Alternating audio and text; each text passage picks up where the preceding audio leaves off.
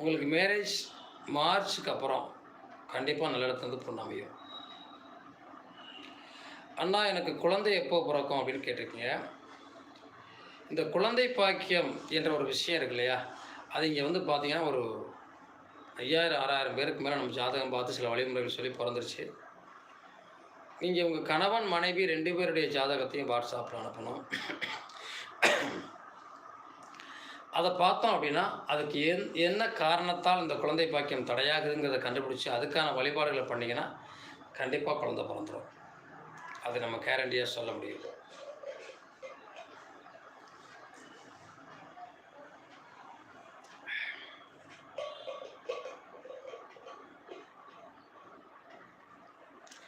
மீனராசி திருவாதிரை நட்சத்திரம் கல்யாணம் எப்போ? இந்த குருப்பெயர்ச்சிக்கு அப்புறம் அடுத்த குருப்பெயர்ச்சி வந்துடுவார் இல்லையா, தை மாதத்துக்கு மேலே உங்களுடைய மிதுனத்துக்கு. அதுக்கப்புறம் மிதுன ராசிக்கு திருவாதிரைக்கு திருமணம் கண்டிப்பாக நடக்கும் இல்லையா?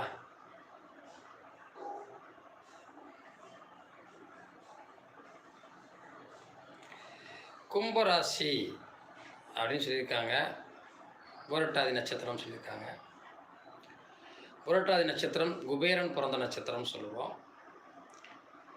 அந்த கும்பத்தில் பிறந்தவங்க எப்போதுமே லாபத்தை நோக்கி பயணிக்கக்கூடியவங்க, எல்லா விஷயத்தையும் மனசுக்குள்ளே ஏற்றிக்கிறக்கூடியவங்க. ஐயா சதயம் குழந்தை பாக்கியம் எப்போ அப்படின்னு கேட்டிருக்கீங்க. சதய நட்சத்திரத்திற்கு இந்த குரு பயிற்சிக்கு அப்புறம் அந்த பாக்கியம் கிடைக்கும்.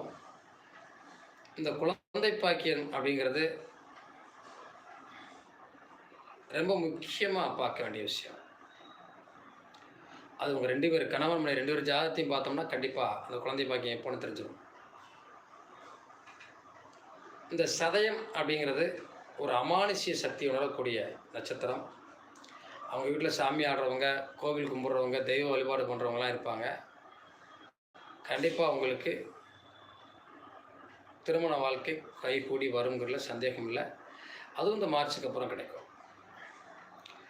சுந்தரமூர்த்தி குழந்தை எப்போது பிறக்கும் ஐயான்னு கேட்டிருக்கீங்க. ஐயா இந்த குழந்தை பாக்கியத்தை பற்றி நான் நிறைய சொல்கிறேன். குழந்தை இல்லாதவங்க இங்கே ஜாதகம் பார்த்து எல்லாருக்குமே குழந்தை பிறந்துருச்சு. ஒரு 4000 பேருக்கு குழந்தை இல்லைன்னு நினைக்கிறவங்க உங்கள் 2 பேர் கணவன் மனைவி 2 பேருடைய ஜாதகத்தையுமே வாட்ஸ்அப்பில் அனுப்பி நீங்கள் ஜாதகத்தை பார்த்துக்கோங்க. அதற்கான வழிபாடு முறைகளை சொல்லுவோம். அதை நீங்கள் கடைபிடிங்க. கண்டிப்பாக குழந்தை பிறந்துடும் ஐயா. அதில் எந்த மாற்றமும் இல்லை. சின்ன சின்ன தடைகள் தடங்கல்கள் இருக்கும். அதற்கான வழிபாட்டு முறைகளை செஞ்சோன்னா ஜெயிச்சிடுவோம். கலைராஜா லக்கணம் மீனராசி.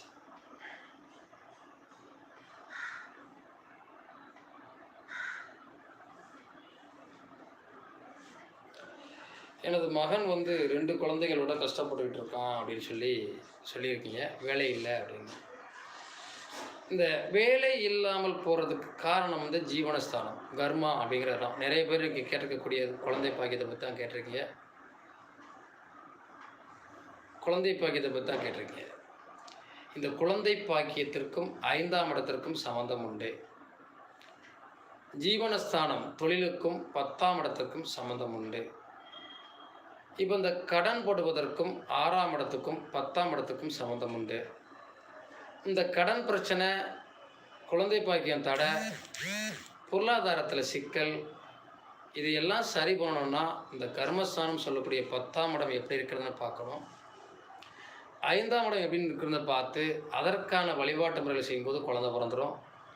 10ஆம் இடம் எப்படி இருக்குன்னு பார்த்து 10ஆம் இடத்துக்கான வழிபாடு முறைகளை செய்கிற போது நமக்கு ஜீவனஸ்தானம் சிறப்பாகவே இருக்கும். நமக்கு வேலைங்கிறதுங்க, நீங்கள் ஒரு விஷயத்தை நான் சொல்கிறேன். நிறைய பேர் வேலை வாய்ப்பு தான் கேட்டிருக்கீங்க, கடன் அடையுமான்னு கேட்டிருக்கீங்க, தொட்டது தொலங்களைன்னு கேட்டிருக்கீங்க. இதுக்கு என்ன காரணமாக இருக்குன்னு நினைக்கிறீங்க?